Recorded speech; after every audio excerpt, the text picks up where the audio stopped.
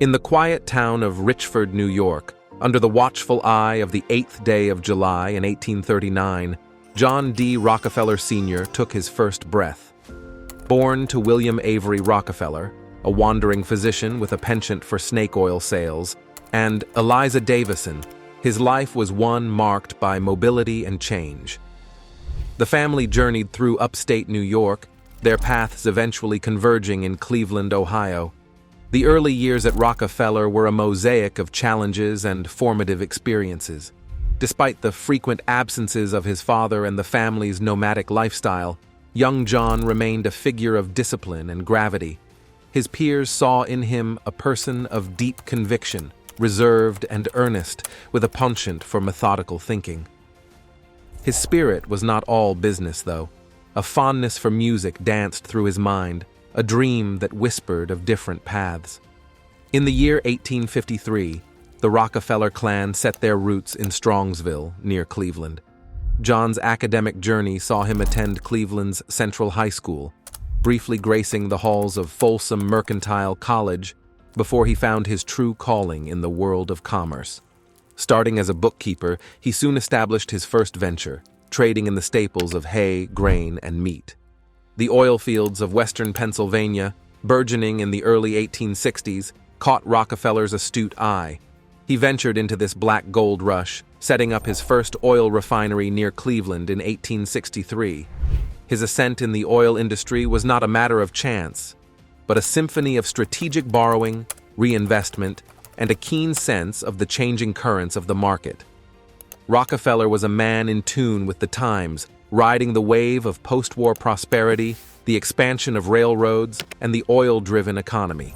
In 1867, he was a titan with $30 million, but fate is a fickle mistress, and his wealth dwindled to $15 million after setbacks. Yet, at his life's twilight in 1937, his coffers brimmed with nearly $900 million, a testament to his enduring legacy as America's wealthiest son. The rise of Standard Oil. In the year 1863, in the bustling city of Cleveland, Ohio, John D. Rockefeller, along with Maurice B. Clark and Samuel Andrews, began to shape the future of the oil industry. This trio set their sights on refining oil, a venture that soon saw Rockefeller as the sole helm, buying out Clark in 1865 and inviting Henry M. Flagler into their fold. By 1870, their enterprise had swelled to the largest refineries in Cleveland, a prelude to the formation of the Standard Oil Company, a name that would echo through the annals of American industry. Rockefeller, a man of vision and relentless pursuit, employed innovative strategies to steer Standard Oil on a path of rapid growth. He summoned his chemists to delve deeper and extract more from each barrel of crude. His investment in research and development was not just a gamble, but a calculated move to outshine competitors. He embraced vertical integration, drawing on as many operations as possible under Standard Oil's expanding umbrella. Even when sour oil fields in Ohio posed a challenge, Rockefeller's faith in his team's ingenuity paid off, turning unwanted oil into profitable ventures. His approach was not without controversy. Rockefeller, a strategist at heart, employed hardball tactics to outmaneuver rivals. By 1874, Standard Oil had begun amassing pipeline networks, a move that allowed them to choke the supply of crude oil to refineries on their acquisition radar. When competitors sought to lay their pipelines, Standard Oil thwarted them, using land purchases and, in darker moments, the corrupting influence of bribery. By the dawn of 1880, Standard Oil, through a mix of competitor elimination, mergers, and savvy negotiations for railroad rebates, had clenched an iron grip on 90 to 95% of all oil refining in the United States. The culmination of this dominance was the Standard Oil Trust, formed in 1882. This behemoth of corporate structure, under the governance of Rockefeller and 8 other trustees, controlled a vast network of over 40 corporations, orchestrating a symphony of industrial might that had never been seen before. The monopoly and controversy. In the year 1870, Under the stewardship of John D. Rockefeller, Standard Oil emerged, rapidly ascending to near-monopoly status in the oil industry. Its roots ran deep in Cleveland, Ohio, where it commanded the largest refineries. The company's voracious appetite for mergers and acquisitions granted it an almost unchallenged reign over the American oil landscape. But with great power came great scrutiny. The unease over its economic might and anti-competitive practices echoed through the corridors of justice. In 1892, the Ohio Supreme Court struck a blow, ordering the dissolution of the Standard Oil Trust. Yet, like a resilient titan, the company continued its operations, now with New York City as its stronghold. Standard Oil's journey was marred by legal and ethical storms. Its monopolistic pulse and aggressive stance against competitors drew the ire of the Sherman Antitrust Act of 1890.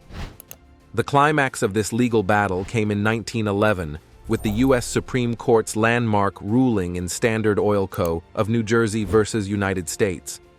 The court found Standard Oil guilty of conspiring to restrain trade, attempting to monopolize, and succeeding in monopolizing the oil industry in violation of the Sherman Act.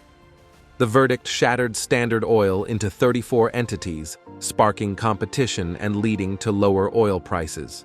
This fracturing of Standard Oil became a cornerstone in the history of antitrust regulation. It served as a stark reminder of the dangers of unbridled economic power and the need to safeguard fair competition. The case underscored the government's commitment to thwarting monopolistic practices and preserving a competitive marketplace in the oil industry. Despite some economists' views that Standard Oil's dominance was not inherently monopolistic and that it was the crucible for cheaper oil prices and innovation, the controversies that swirled around its business practices ultimately led to its dissolution. This pivotal moment in corporate history marked the onset of stringent antitrust laws, a legacy aimed at preventing the rise of similar monopolies in the future.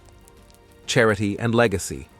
John D. Rockefeller, an emblem of wealth and philanthropic spirit, stands tall in the annals of American history. His fortune, amassed through the Standard Oil Company, was not a hoard, but a wellspring of generosity, channeling over $500 million into the veins of education, religion, and science. In 1913, the Rockefeller Foundation emerged as a beacon of innovation and transformative change, threading new paths in uncharted territories of societal advancement.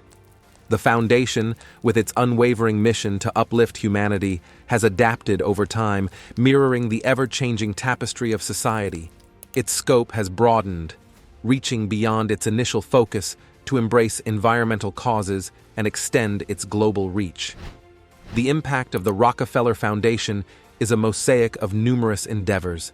In the realm of education, Rockefeller's vision has been a catalyst for the birth of preeminent research universities. These institutions have not only educated countless minds, but also spearheaded initiatives to improve global health, particularly for African American communities. The Foundation's influence on public health is a tale of profound transformation. It has not merely treated symptoms, but has delved into the roots of social and individual malaise. Its role spans the gamut of public health, from theoretical underpinnings, research, and professional training, to practical implementation, organizational development, and institution building. In more recent years, the Rockefeller Foundation has pivoted towards environmental stewardship. This shift reflects a deepening awareness of the interdependence of human progress and the natural world.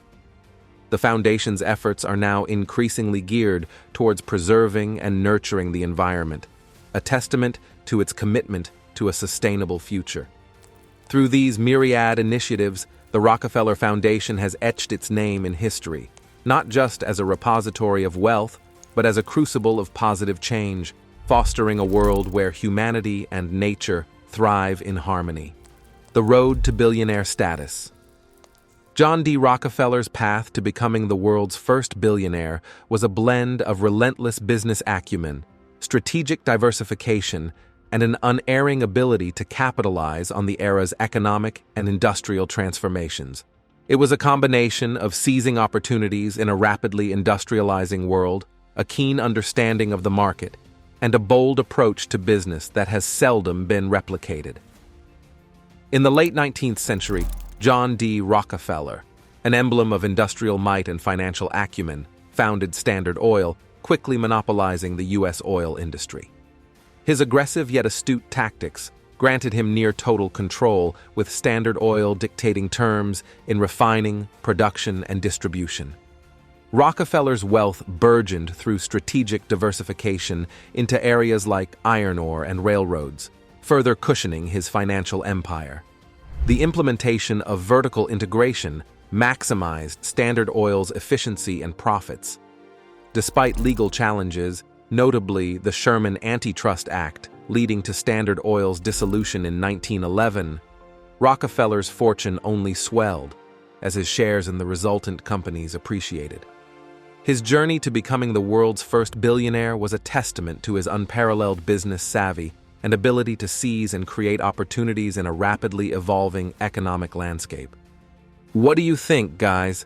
If Rockefeller were to give advice on investment today, do you think he would suggest buying into the digital oil fields of the 21st century, the tech industry? Let us know in the comment box below.